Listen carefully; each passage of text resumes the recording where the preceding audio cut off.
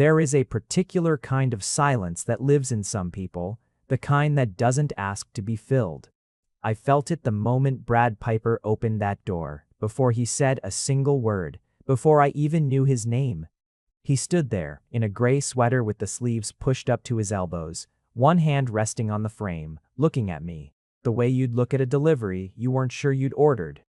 "You're the roommate," he said, not a question, a fact he was confirming for himself. "Mickey," I said, holding out my hand like an idiot, like we were at a job interview instead of standing in the hallway of an apartment I was about to live in for who knew how long. Mickey Jones. He looked at my hand for a second too long before he shook it. His grip was firm, quick, over before I could really register it. Then he stepped back and let me in, and that was that. No smile. No small talk about the weather or the building or whether I'd had trouble finding parking. Just the door swinging open onto a clean, sparse apartment that looked like nobody actually lived there and a man who looked like he'd rather be anywhere else. I should back up. 3 weeks before that, my best friend Theo had sat across from me at a diner with extremely greasy hash browns between us and told me his cousin's coworker had a spare room opening up. Cheap rent, good location, one catch. "What's the catch?" I'd asked, already suspicious, because there's always a catch when something sounds that good. "The guy's a little intense," Theo said, which I would later learn was the understatement of the decade. "Brad Piper. He's Piper. He's Look, everyone who's ever dated him says the same thing. Cold, distant, like talking to a brick wall that occasionally pays rent on time. His last boyfriend told my cousin that breaking up with Brad was like trying to get an apology out of a parking meter. So you're saying I should live with him? I'm saying the rent is $600 a month in a building with a doorman, and you've been sleeping on my couch for 2 months, and I love you, but I would also like my couch back. That was the whole pitch. Cheap rent, a doorman, and a warning wrapped around it like a ribbon on a box you weren't sure you wanted to open. I told myself I didn't care if Brad Piper was friendly. I wasn't moving in to make a friend. I was an illustrator 3 months behind on freelance invoices, living out of a duffel bag, and I needed 4 walls that weren't borrowed. That was all. That was the whole plan. It did not stay the whole plan for very long. The first night, Brad showed me the apartment in exactly 4 sentences. "This is the kitchen, don't leave dishes in the sink overnight. This is the bathroom, I go in at 7, you can have it after. This is your room. If you need anything, there's a list of numbers on the fridge." Not his number, a list of numbers. The landlord, the building super, a takeout place. Apparently that was the extent of what I was getting. I unpacked that night in a room with bare white walls and a window that looked out onto an alley, and I lay on a mattress that wasn't mine yet, listening to the apartment around me. There was no television on, no music, no sound of someone moving through their evening the way most people do, restless and alive in their space. Just an occasional creak, a door closing softly down the hall, and then nothing. I remember thinking, this is going to be a long year. What I didn't know yet, what I couldn't have known, lying there in the dark with my suitcase still half-zipped, was that the silence in that apartment wasn't empty. It was packed tight with something Brad had been carrying so long he'd forgotten how to set it down. I didn't know that yet. All I knew was that I'd moved in with a stranger who barely looked at me in a building with thin walls and good light, and that I had 3 freelance projects due, and a duffel bag of clothes, and absolutely no idea that I was about to fall in love with the quietest person I had ever met. The first 2 weeks were an exercise in choreography. I learned Brad's schedule the way you learn the steps to a dance you didn't agree to perform. He left for work at 7:45, some kind of structural engineering job that I only knew about because Theo had mentioned it once, all sharp suits and sharper silences. He came home around 6:30 most nights, sometimes later, and made the same plain dinner 4 nights out of 7 grilled chicken or eggs or something out of a single pan. Eaten standing up at the counter like sitting down to a table implied a kind of comfort he didn't think he deserved. We didn't talk much. I tried, in the beginning. I'd ask how his day was, and he'd say fine, and that would be the entire exchange, 2 words traded like currency neither of us really wanted to spend. I asked him once if he liked his job. He looked at me for a long moment, like the question itself was strange, like nobody had asked him something so simple in longer than he could remember, and then he said it was fine too. And went back to his eggs. I started leaving notes, small, stupid things. A doodle of a cat on the whiteboard by the fridge with a speech bubble that said, "Good morning." A sticky note on the milk carton that said, "Almost empty, don't be sad." I don't know why I did it. Maybe because the silence in that apartment felt like something that needed to be poked at, prodded, just to see if anything moved underneath it. He never responded to the notes.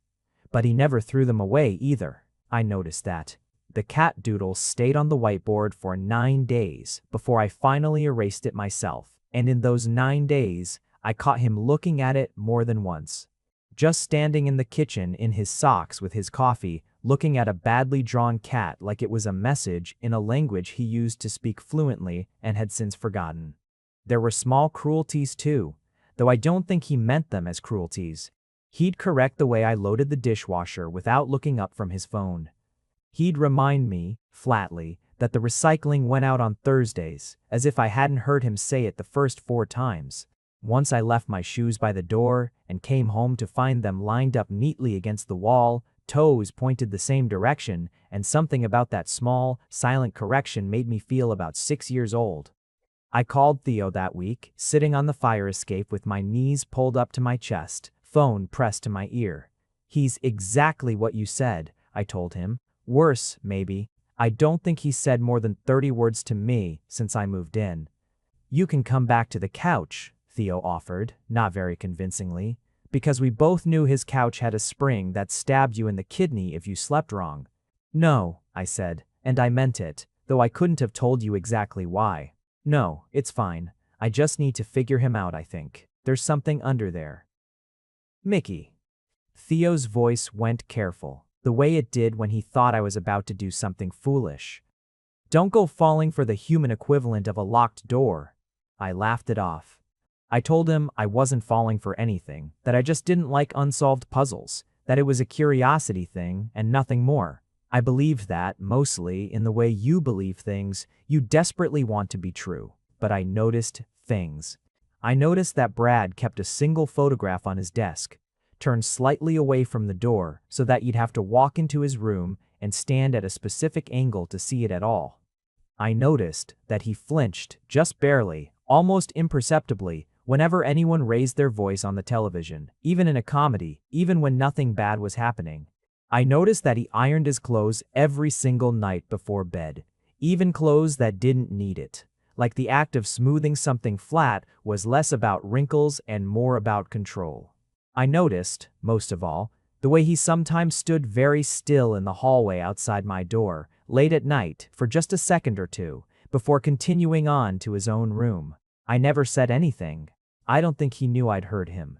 But it happened often enough that I started listening for it, started lying awake some nights just to hear those few seconds of him standing there, like he was deciding whether or not to knock and never quite deciding to. I didn't know what it meant yet. I just knew it meant something. The fever hit me on a Friday, somewhere between finishing a client revision and falling asleep with my laptop still open on my chest. I woke up at 2 in the morning, soaked in sweat, my whole body aching like I'd been hit by something slow and heavy. And I spent 20 minutes deciding whether I had the strength to walk to the bathroom for water.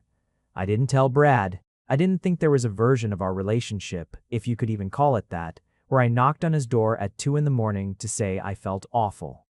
So I suffered through it alone, drifting in and out of a thin, miserable sleep. And by morning, I couldn't have told you my own middle name if you'd asked.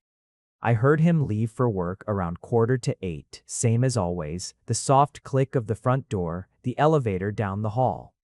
I lay there feeling like the room was tilting slightly, too weak to be embarrassed about how loud my own breathing sounded in the empty apartment.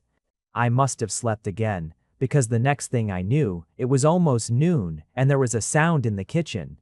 Not the front door, something closer, more careful. I thought I was hallucinating from the fever until I heard a knock, soft, almost hesitant, on my bedroom door. "You didn't answer your phone," Brad said through the door, his voice doing something I hadn't heard it do before, something that had an edge of worry tucked under the flatness. I called twice. I hadn't even heard it ring. My phone was somewhere on the floor, dead or silenced, I couldn't remember which. "I'm fine," I managed, though my voice came out cracked and unconvincing even to my own ears. There was a pause, a long one, and then the door opened, just a few inches, and Brad's face appeared in the gap. And for the first time since I'd moved in, I saw something on it that wasn't careful neutrality. He looked at me, pale and sweating and tangled in blankets I'd kicked half off the bed, and something in his expression cracked open, just slightly, just enough. "You're burning up," he said, crossing the room before I could protest, pressing the back of his hand to my forehead with a gentleness that felt completely at odds with everything I knew about him. His hand was cool and steady, and I leaned into it without meaning to, like a plant tilting toward light it didn't know it had been missing. He left without another word, and I thought, in my feverish haze, that maybe I'd imagined the whole thing. But 20 minutes later, he was back with a thermometer, a bottle of water, and a paper bag from the pharmacy down the street that he must have run to and from. Because his hair was damp from the cold outside and his cheeks were flushed in a way that had nothing to do with fever. He didn't say much while he took care of me. He didn't need to. He set the thermometer under my tongue and waited with his arms crossed, reading the number with a small frown when it beeped. He brought me a glass of water and stood over me until I drank all of it. He found an extra blanket from somewhere I didn't even know we had, and tucked it around my shoulders with hands that were careful in a way that suggested he was concentrating very hard on not doing it wrong. "Took the afternoon," he said eventually, sitting on the edge of the desk chair he'd dragged over, like he was answering a question I hadn't asked. Boss can deal. I wanted to ask him why. I wanted to ask him what had changed between the man who corrected my dishwasher loading and the man currently sitting 3 feet from my bed with a damp cloth in his hand, pressing it gently to the back of my neck. But I didn't have the energy, and some instinct told me that asking would only make him retreat, like a hand pulling back from a flame. So I just said thank you, quietly, and he made a small sound, not quite a word, and looked away toward the window, like the gratitude embarrassed him more than the act itself. That night, after I'd slept off the worst of the fever and woken up groggy but human again, I found a bowl on my nightstand. Soup, still slightly warm, the kind that comes from a can but had clearly been doctored. Extra pepper, a little bit of lemon squeezed in, the way I'd once mentioned offhand that my grandmother used to make it. I didn't remember telling him that. I barely remembered saying it at all, some throwaway comment weeks earlier that I hadn't thought he'd been listening to. He had been listening. He had been listening the entire time, in that careful, silent way of his, collecting small details about me like a man memorizing a map he wasn't sure he was allowed to use. I sat in bed with that bowl of soup, and for the first time since I'd moved in, I cried a little, not from being sick, but from something else entirely. Something that didn't have a name yet, but felt suspiciously like the beginning of hope. After the fever broke, something between us had shifted, though neither of us acknowledged it out loud. Brad still left for work at 7:45. He still ate his dinner standing at the counter. But the silences felt different now, less like walls and more like rooms we hadn't finished furnishing yet. I found out about the rent by accident, which is the only way I think I would ever have found out at all. My account had been short that month, a client paying late, an invoice lost somewhere in someone else's inbox, and I'd been dreading the conversation I'd have to have with Brad about being a few days behind. I'd rehearsed it in the shower, in line at the grocery store, lying awake at night. "I am so sorry. It's just this 1 month. I promise it won't happen again." I never got the chance to say it. I checked the building's resident portal on the 1st of the month, bracing myself to see a balance due notice, and instead found the rent already paid in full. Not split between us the way it usually was, with each of us transferring our half into the joint account Brad had set up. Paid entirely, the whole amount, 2 days before it was due. I found him in the kitchen that evening, leaning against the counter with a glass of water, looking at his phone with the particular blankness of someone trying very hard to look like they weren't waiting for someone to come find them. "You paid the rent," I said, "all of it." He didn't look up right away. Saw you were stressed about it, he said finally. Like it was the most obvious thing in the world, like noticing that I'd been quieter than usual, that I'd been chewing on my thumbnail during video calls, that I'd skipped buying groceries one week to make sure I had enough in case the rent came due was just a basic function of living in the same apartment as someone, rather than the staggering act of attention that it actually was. You can't just do that, I said, though it came out softer than I meant it to. I'll pay you back. Don't need you to. Brad. Barred. He looked up then, and there was something stubborn in his eyes, something that dared me to keep pushing.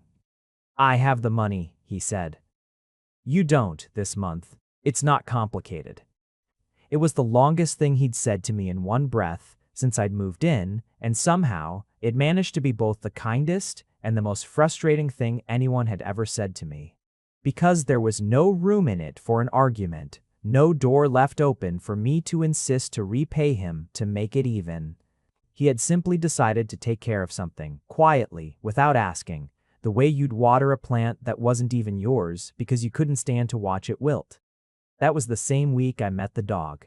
I came home one evening to find Brad sitting on the living room floor, which I had never once seen him do, his back against the couch, a photograph held loosely in one hand. He didn't hear me come in, or if he did, he didn't react fast enough to hide what he was looking at, and I caught a glimpse before he folded it shut against his palm. A dog. Some kind of scruffy mixed breed, golden and white, sitting in a patch of sunlight with its tongue out, looking at whoever held the camera with an expression of pure, uncomplicated joy. Sorry, I said, hovering in the doorway, unsure whether to come in or retreat. I didn't mean to interrupt. You're not interrupting, he said, but he didn't put the photograph away, and after a moment, he held it out to me, an offering, fragile in the way that offerings often are. Biscuit, he said. Had her since I was 11. I sat down across from him, cross-legged on the carpet, and took the photograph carefully, like it might dissolve if I held it wrong. She's beautiful. She died 2 years ago. His voice was steady, but something underneath it wasn't. 16 years old. Outlived basically everyone's expectations. A pause. She used to sleep in my room every night. I'd come home, and she'd be waiting at the door every single time. No matter how late, no matter how bad the day had been, didn't matter to her. I didn't say anything. I had learned, in those first weeks, that the worst thing you could do with Brad was rush him, fill his silences before he was ready to fill them himself. So I just sat there, holding the photograph, and waited. People leave, he said eventually, so quietly I almost missed it. Or they get tired, or they find something better, or they just stop. She never did. 16 years, and she never once stopped being glad to see me. He took the photograph back gently, looked at it for one more long moment, and then set it face down on the carpet between us. I don't know why I'm telling you this. I'm glad you did, I said, and I meant it more than I think I'd meant anything in a long time. He looked at me, then really looked in a way he hadn't before, his eyes moving over my face, like he was trying to memorize something, or maybe trying to figure out if I was something dangerous or something safe. And for one suspended second, I thought he might say something else might open another door I hadn't known was there. Instead, he stood up, brushed off his jeans, and said it was getting late, and the moment folded itself away as neatly as the photograph he tucked back into his desk drawer. But I had seen it. I had seen the door, even if he'd closed it again right after. And once you've seen a door like that, you can't quite unsee it. You spend the rest of your time in that house wondering when it might open again, and whether you'll be standing close enough to walk through it when it does. Quick pause here. If you want to watch our videos early with 0 ads or get access to exclusive videos, our Patreon has you covered. Link in the description. Alright, back to where things get interesting. The storm came through on a Tuesday in late autumn, the kind that knocks branches down and turns the sky the color of a fresh bruise. I'd been half watching the weather app all day, half ignoring my deadline, when the power went out at exactly 7:14 in the evening, plunging the whole apartment into a darkness so sudden it felt physical. Like something had reached in and switched the world off. "Brad?" I called out, navigating by memory toward the kitchen, where I knew there was a drawer of half-melted candles left over from some long-forgotten dinner party. "Here." His voice came from the living room, closer than I'd expected, and a moment later the soft glow of his phone flashlight bobbed into view. "Building-wide outage. Could be a few hours." We found the candles together, fumbling in the dark, our hands brushing more than once over the same box of matches, each time sending a small electric jolt up my arm that had nothing to do with static. By the time we had 4 candles lit and arranged on the coffee table, the apartment had taken on a strange, soft-quality shadows stretching long against the walls. The storm hammering against the windows, like something trying to get in. We sat on opposite ends of the couch at first, the careful distance we always kept, but as the evening wore on and the candles burned lower, that distance seemed to shrink without either of us quite deciding to close it. I told him about growing up the youngest of 4 kids, always the one trying to get a word in at the dinner table. He told me in pieces about growing up an only child in a house that was quiet in a different way than this apartment was quiet, a colder kind of silence. The kind that came from 2 parents who had stopped loving each other long before they stopped sleeping in the same bed. My father wasn't cruel, he said, watching the candle flame instead of me, the way he did when something mattered too much to say while looking someone in the eye. He just wasn't there. Not even when he was in the room. You'd ask him a question and he'd answer it like he was reading off a card. No follow-up, nothing extra. A pause. I think I learned that from him. How to be in a room with someone and not actually be there. "You're here now," I said, before I could stop myself. He looked at me then, and the candlelight did something to his face I hadn't seen before, softened the sharp lines of it, made him look younger, less armored. "Yeah," he said, like he was surprising himself with the answer. "I think I am." We talked for hours that night, the storm raging outside while something quieter and more dangerous built between us inside. He told me about a relationship that had ended 3 years earlier, someone named Daniel, who had told him on the way out the door with his bags already packed. That loving Brad was like trying to warm your hands on a photograph of a fire. I felt something twist painfully in my chest, hearing that some mixture of anger on Brad's behalf and a desperate aching wish that I could undo it. Could go back in time and make sure nobody had ever said something so cruel to someone who clearly felt so much, even if he didn't know how to show it. "He wasn't wrong though," Brad said, like he could hear what I was thinking. "Not completely. I don't know how to do this. Any of this. I watch people be easy with each other, affectionate, and I feel like I'm reading a language I never learned to speak." "Maybe you just had bad teachers," I said. "Doesn't mean you can't learn." He was quiet for a long moment, and the storm cracked loud against the window, and in the candlelight I watched something move across his face that looked almost like hope, fragile and unfamiliar, like a muscle he hadn't used in years. "Mickey," he said, and my name and his voice did something to me it had never done before, low and careful, like he was testing the weight of it. "Why do you stay? Even after everything Theo's cousin probably told you about me, why are you still here?" I thought about lying. I thought about saying something easy, something about cheap rent and good location and a doorman in the lobby.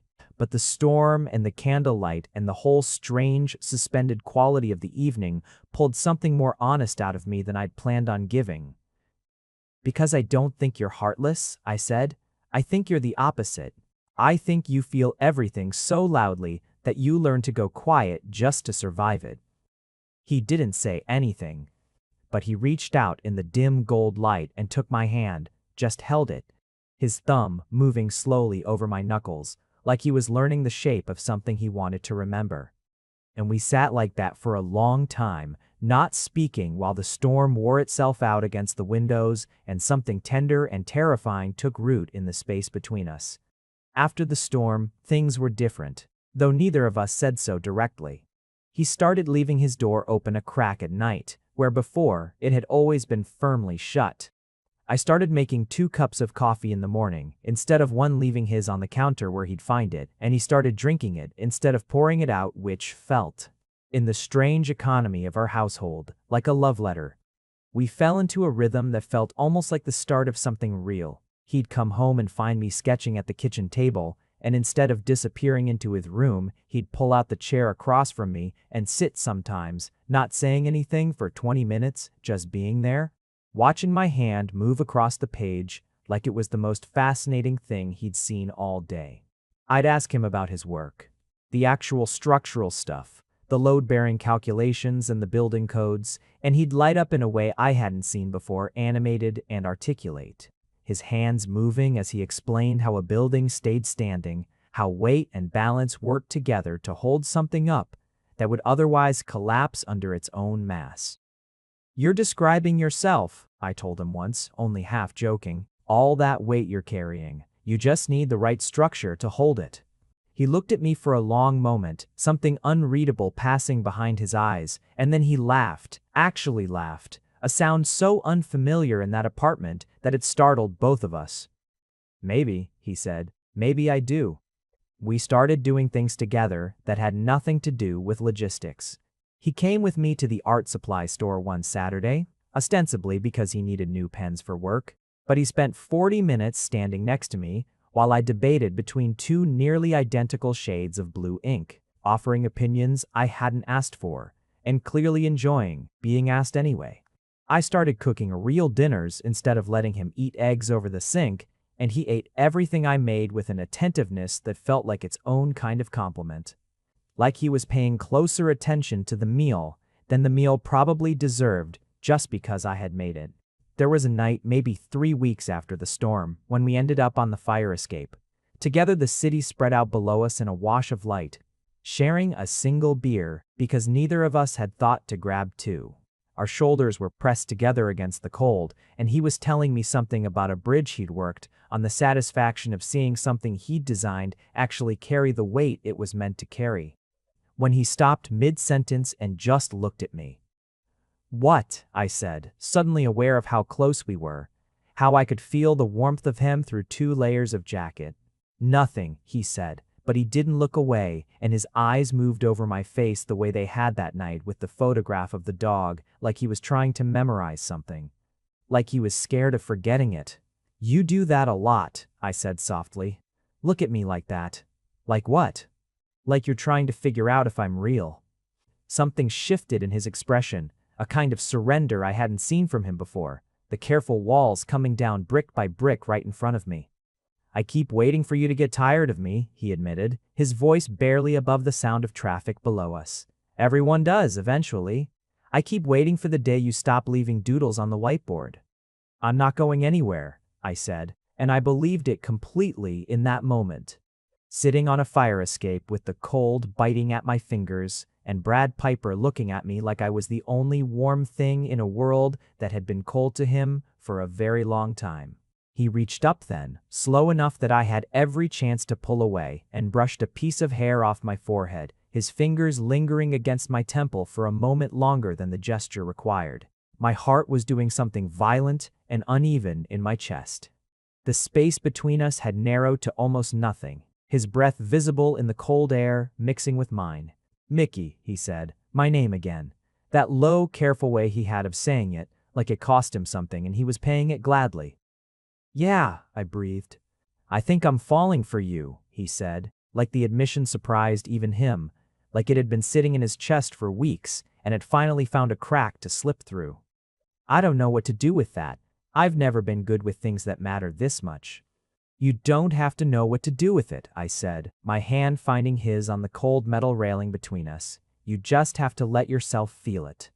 He looked at me for one more long second, and then he leaned in slow and uncertain like a question he was asking with his whole body, and I closed the last of the distance between us and kissed him. There on the fire escape with the city humming below and the cold forgotten entirely, and for one perfect suspended moment. It felt like every wall in that apartment, every careful silence, every list of phone numbers on the fridge, had finally come down. For 2 days after the kiss on the fire escape, I floated. I don't know how else to describe it. I went through client calls and grocery runs, and the entire ordinary machinery of my life, with a kind of glow underneath everything, the memory of his mouth against mine. The way his hand had cupped the back of my neck like he was afraid I might disappear if he didn't hold on. He was different too, in those 2 days. Softer. He touched my shoulder in passing where before he would have simply walked around me. He left a note of his own on the whiteboard. Just 3 words. Coffee's on you. A small private joke about whose turn it was to buy more grounds. But it was the first thing he'd ever written there. And I stood in front of it for a full minute, just looking at his handwriting square and careful like everything else about him. I should have known something was wrong on the 3rd day, looking back. He was quieter at breakfast, his eyes somewhere else entirely, his coffee going cold in front of him while he stared at nothing. I asked him if he was okay, and he said fine, that same flat fine I'd grown used to in the first weeks, and something in my stomach dropped. Recognizing the return of a wall I'd thought we'd already taken down. That evening, I found him in his room with a box pulled out from under his bed, the photograph of the dog sitting on top of a small stack of other things.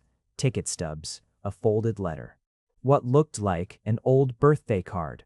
He was sitting on the floor with his back against the bed frame, going through them with an expression I hadn't seen on him before, something closed off and far away, like he'd traveled somewhere I couldn't follow. "Hey," I said gently, leaning against the doorframe. "Everything okay?" "I had a call with Daniel today," he said, not looking up. "He's getting married." Called to tell me himself, I guess as some kind of, I don't know, closure thing. Oh. I didn't know what else to say. "How do you feel about that?" "I don't know how I feel about anything anymore," he said, and his voice had gone flat and tired in a way that scared me more than anger would have. He told me I deserved someone who could actually love him back. Like that's a thing you can just decide to do. Like it's a switch. I crossed the room and sat down next to him, careful, slow, the way you'd approach something wounded. "You do love? I've watched you do it. The soup, the rent, the way you talk about Biscuit. That's not nothing, Brad. That's not someone who can't love." "That was easy," he said. "Loving a dog who couldn't ask me for anything back. Loving you from a careful distance where it didn't cost me anything." He finally looked at me, and there was something raw and frightened in his eyes that I hadn't seen even in the storm, even on the fire escape. What happens when it actually costs something? What happens when you need more than I know how to give? I watched my father do this for 30 years, be in a room and not be there, and I am terrified. Mickey, I am genuinely terrified that I am going to do the exact same thing to you. And you are going to wake up one day and realize you fell in love with someone who was never going to be able to give it back the way you deserve. "You don't get to decide that for me," I said, my voice catching. "Let me decide what I deserve. Let me be the one who chooses to stay even when it's hard." "I can't," he said, and the word landed like a door slamming. "I can't watch you choose that and then watch myself fail you. I would rather—" He stopped himself, pressed the heel of his hand against his eyes for a moment, and when he spoke again, his voice had gone careful and distant in a way that made my chest ache. "I think the other night was a mistake." The words hit me like cold water. "What?" "The fire escape. I think I got caught up in something that isn't real. I think I wanted it to be simpler than it is." He still wasn't looking at me, his eyes fixed on the photograph of the dog in his lap, his jaw tight. "I think we should go back to how things were." "You don't mean that," I said, my voice shaking now, anger and hurt tangled together so tightly I couldn't separate them. "You're scared, and that's not the same thing as it being a mistake." "Mickey." My name again, but it didn't sound the same this time. It sounded like a closing instead of an opening. "Please. I need you to let this go." I sat there for a moment looking at him, this man who had cried in his own quiet way over a dead dog and an old photograph, who had paid my rent without being asked, who had kissed me on a fire escape like I was something he'd been waiting his whole life for. Now sitting 3 feet away telling me to let go of the realest thing I'd felt in years because he was too afraid to find out what it would cost him to keep it. "Okay," I said finally, standing up, my legs unsteady beneath me. "Okay, Brad." I left his room and went to mine and closed the door, and I didn't cry, not right away. I just sat on the edge of my bed and stared at the wall, feeling something inside me. go quiet in a way that frightened me because it felt less like sadness and more like the slow, careful construction of a wall of my own. The next 2 weeks were the longest I'd ever lived through in that apartment. We moved around each other like strangers again, worse than strangers, because now the silence had memory in it. Now every careful, polite exchange carried the weight of everything we weren't saying. He went back to eggs over the sink. I went back to leaving early for the library just to avoid the particular ache of sitting across from him at the kitchen table, both of us pretending the fire escape had never happened. I tried, in those first few days, to bridge it. I left a note on the whiteboard, nothing about us, just something light, a doodle, an attempt to find our way back to the easy rhythm we'd built before any of this. He erased it without comment the next morning, not unkindly, but thoroughly, like he was trying to erase the whole memory along with the marker. That was when I understood, really understood, that he wasn't going to change his mind. Not because he didn't feel it. I knew he felt it, had seen it in his face on the fire escape, had felt it in the way his hand had trembled slightly when it cupped my jaw. But knowing he felt it and watching him choose, every single day, to bury it deeper was its own particular kind of grief, one that didn't have an ending I could see. I called Theo on a Tuesday night, sitting on the same fire escape where everything had changed, alone this time, the city lights blurring through tears. I'd finally let myself cry. He told me it was a mistake, I said, my voice thick.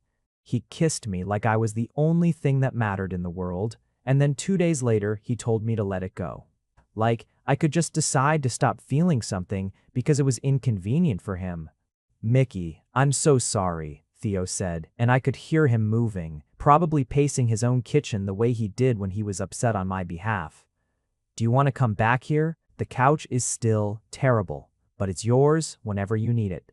I sat with that question for a long moment, looking out at the city, thinking about the apartment behind me, about the room I'd come to think of as mine.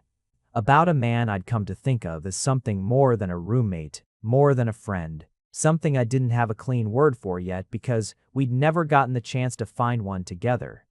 "Yeah," I said finally, "I think I need to." I started packing on a Thursday while Brad was at work because I couldn't have done it with him in the apartment. Couldn't have stood the silence of him watching me fold my clothes into the same duffel bag I'd arrived with. Couldn't have borne the particular cruelty of leaving the way I'd come with nothing changed except everything. It didn't take long. I hadn't accumulated much in those months.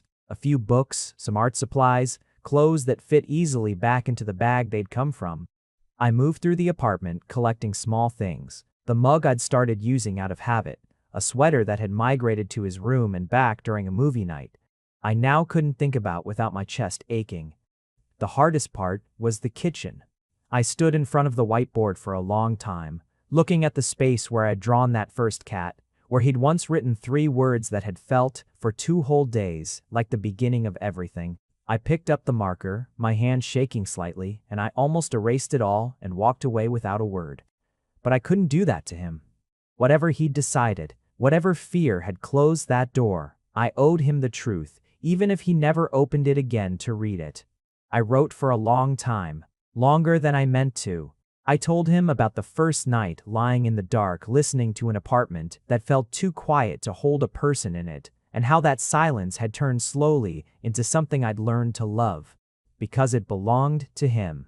I told him about the soup with the lemon in it, and how I'd cried over that bowl, not because I was sick, but because it was the first time anyone had paid that close attention to a small, throwaway thing I'd said weeks earlier. I told him I understood why he was scared, that I didn't blame him for his father, for Daniel, for every door that had ever taught him it was safer to keep his own closed. And then I told him the truth, the whole truth, the thing I hadn't let myself say out loud, even to Theo. I told him I loved him, not the easy, fire escape version of love, the kind that feels like a held breath and a kiss in the cold. The harder version.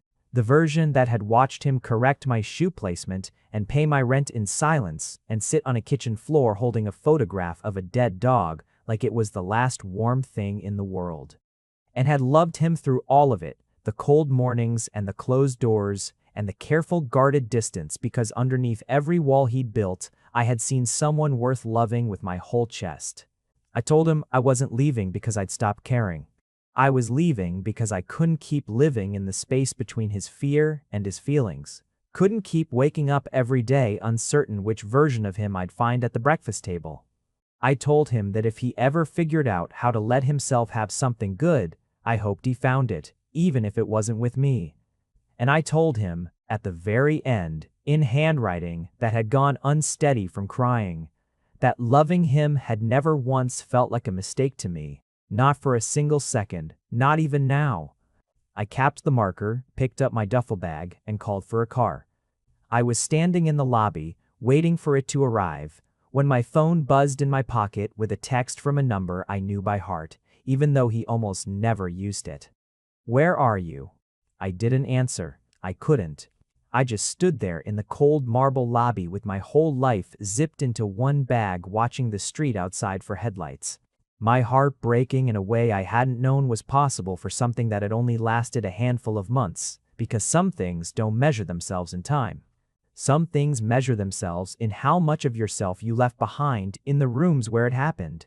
I found out later, much later, what those minutes looked like from the other side, because Brad told me himself, slowly, in pieces, over the months that followed. But I want to tell it the way I imagine it, the way I've replayed it in my mind 100 times since, because I think understanding it is part of how I finally understood him. He came home a little early that day. He said, because something had felt wrong all afternoon, a tightness in his chest he couldn't explain. The kind of feeling you get when your body knows something your mind hasn't caught up to yet. He let himself into the apartment expecting the usual quiet, and instead found a silence that felt different, heavier, wrong, in a way he couldn't immediately place. He noticed my shoes were gone from their place by the door first. Then the row of art supplies that usually crowded one end of the kitchen counter. Then, walking down the hall, he saw my bedroom door standing open onto a room that looked exactly like it had the first night I'd moved in, bare, stripped, waiting for someone new. He told me his first thought was that something had happened to me, an accident, an emergency, and it took him a full, frantic minute of checking the apartment, calling my name into rooms that didn't answer, before his eyes landed on the whiteboard in the kitchen, and he understood. He read it standing at the counter, he said, in the exact spot where I'd left that first bowl of soup, where he'd handed me back the photograph of his dog, where he'd told me weeks earlier that he didn't know what to do with falling for me. He read every word, my unsteady handwriting curling across the board in blue marker, and somewhere around the part where I'd written about the soup. About crying over a small kindness because nobody had paid him that close attention before. Either he said something in him simply broke open. He cried standing there alone in that kitchen, the way I don't think he had let himself cry in years. Not for Daniel, not even for Biscuit. Not for any of the careful losses he'd trained himself to absorb without flinching. He told me later that it wasn't just sadness, it was recognition. Reading my words, he understood all at once and completely the exact shape of what he'd been doing to both of us. The careful architecture of distance he'd built to protect himself from a pain that he'd ended up causing anyway, just slower, just quieter, just as devastating in the end. He said he thought about his father, then standing in that kitchen with my note in his shaking hands. Thought about 30 years of a man who had been so afraid of being hurt that he'd simply stopped being present at all and had ended up alone anyway. Had ended up exactly where his fear had been trying to protect him from landing. And Brad realized he told me that he was about to do the same thing, except faster, except to someone he actually loved enough to lose sleep over. Someone who had drawn cats on his whiteboard and stayed through every cold morning and every closed door. And he was about to let him walk out into the street and disappear because he'd been too afraid to say the one true thing that might have kept him. He grabbed his keys. He didn't bother with a jacket, even though it was cold enough outside to see your breath. He ran down 4 flights of stairs because waiting for the elevator felt like an eternity he didn't have, and he burst out of the building's side entrance into the evening light. Scanning the street with a kind of desperation he later admitted he hadn't known he was capable of. He didn't see me at first. The street was busy, full of strangers and traffic, and the ordinary, indifferent rhythm of a city that had no idea it was about to witness something that would matter enormously to two people standing in it. He told me his heart was pounding so hard he could feel it in his throat, that he was certain in that moment that he'd missed me, that the car had already come and gone, that he'd lost his chance through nothing but his own fear and his own slowness in understanding what he wanted. And then he saw me, standing at the corner half a block down my duffel bag over one shoulder, looking down at my phone with an expression he described later as the saddest thing he'd ever seen on my face, because I was trying so hard to look like someone who wasn't falling apart. I heard him before I saw him. "My name!" shouted across a street full of noise and indifferent strangers, in a voice that didn't sound anything like the flat, careful tone I'd grown used to over those first weeks. It sounded raw. It sounded like something that had been held very tightly for a very long time and had finally been let go all at once.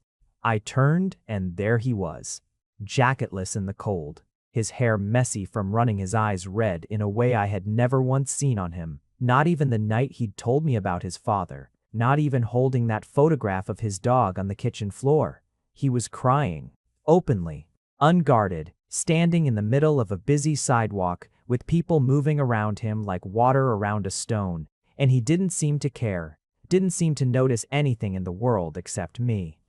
"Mickey," he said again, closing the distance between us at something close to a run, stopping just short of me like he wasn't sure he had the right to come any closer. "Don't go, please. I read it. I read everything. He stopped, pressed the heel of his hand against his eyes, and when he spoke again, his voice cracked clean in half. "I'm so sorry. I'm so sorry. I was so scared of becoming my father that I became him anyway. I shut you out exactly the way he shut everyone out, and I told myself I was protecting you, but I was just protecting myself, and I am so sorry. You have no idea how sorry I am." I stood there with my duffel bag still over my shoulder, my own eyes burning, watching this man who everyone had warned me about, this man people called heartless, called cold, called a parking meter that didn't know how to apologize, standing in front of me on a public street with tears running freely down his face, not caring who saw. Not caring about anything except the fact that I was still standing there, that the car I'd called hadn't come yet, that there might still be time. "You told me it was a mistake," I said, my voice shaking. "You told me to let it go." "I lied," he said immediately, fiercely, like the words had been waiting just behind his teeth for 2 weeks. "I lied because I was terrified, Mickey. I have never been more terrified of anything in my life than I was of how much I felt for you. Loving you didn't feel safe. It felt like standing at the edge of something with no idea how far the drop was, and I panicked, and I said the worst thing I could possibly have said, and I have hated myself every single day since." He took a step closer, his hand reaching for mine, and then hesitating, hovering in the air like he wasn't sure he'd earned the right to touch me anymore. "I read your note standing in our kitchen, and I understood, finally, completely, that the only thing scarier than loving you is the alternative. Losing you because I was too much of a coward to try. Brad." His name came out of me on a breath I hadn't known I was holding. "I love you," he said, the words tumbling out now like a dam had finally given way, like he'd been holding them back so long that once they started, they couldn't be stopped. "I love you, and I don't know how to do this perfectly. I don't know if I'll always get it right. I know I've got 30 years of bad habits. I'm going to have to unlearn one painful day at a time, but I want to try. I want to try with you. Every single day, for as long as you'll let me. Please don't get in that car. Please come back inside. I promise you I will never let the silence win again." My duffel bag slipped off my shoulder and hit the pavement, and I didn't even notice it happening because I was already closing the last of the distance between us, my hands finding the front of his shirt, his arms coming around me with a desperation that felt like he was trying to make up in one single embrace for every moment of distance he'd ever put between us. He buried his face in my hair, and I felt him shaking, felt the wet warmth of tears against my neck, and I held on just as tightly.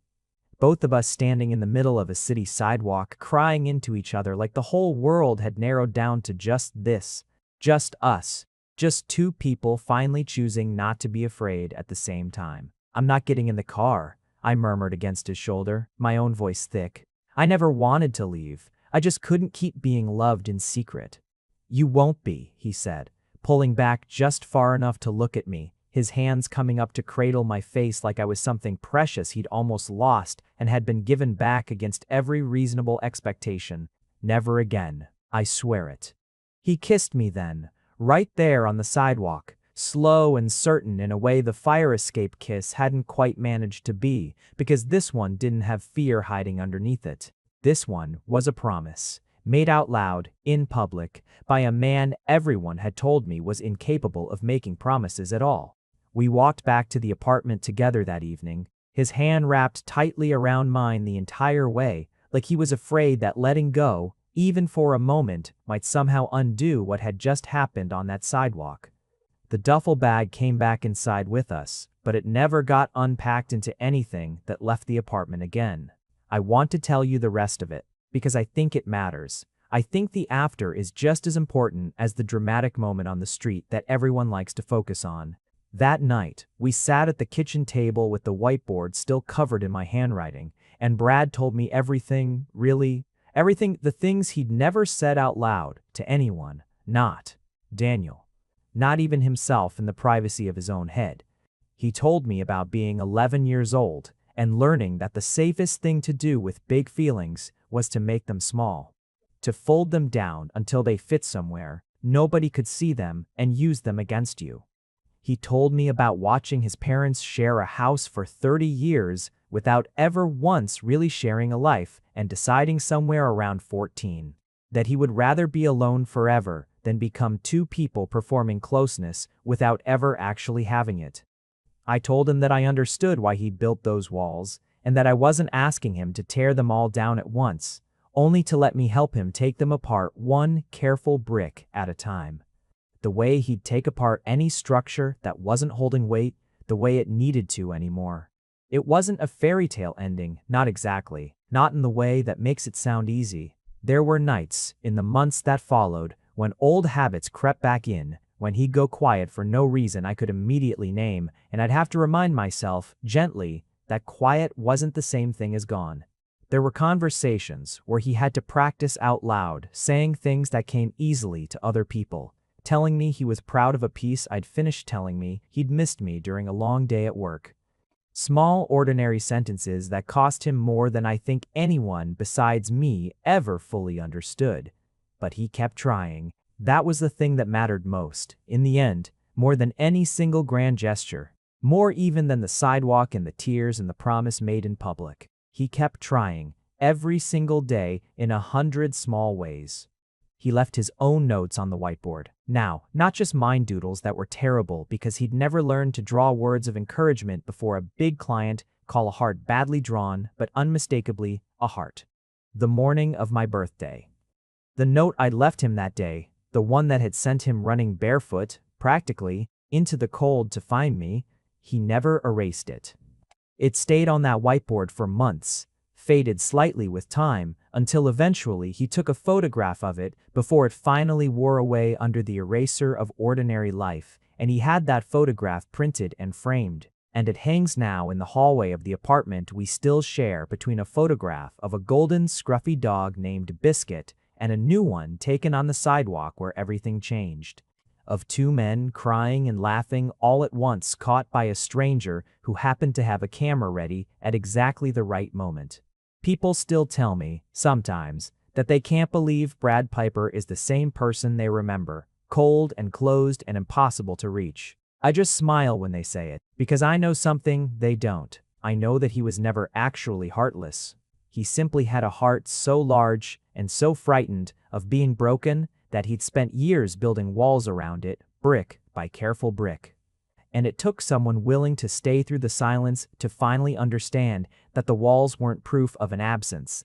They were proof of exactly how much there was, underneath, worth protecting. He proved it to me on a sidewalk, crying in front of strangers, chasing after a duffel bag and a note he couldn't stand to lose. and he has proven it to me every single day since. In soup, with extra lemon in rent, quietly paid in a badly drawn heart, on a kitchen whiteboard, in the simple, daily, unglamorous work of choosing, over and over again, not to be afraid. I used to think love was supposed to announce itself loudly, all fireworks and grand declarations. I know better now. Sometimes, love is a man standing very still outside your door at night, deciding whether he has the courage to knock. And sometimes, if you're patient enough, if you stay long enough to see it, that same man finds the courage to run after you instead, barefoot and crying in the cold, finally choosing not to let the silence win. That's the story everyone asks me about now, the heartless man and the note that broke him open. But I know the truth, he was never heartless at all. He was simply waiting, his whole life, for someone patient enough to prove it to him. I'm glad it got to be me.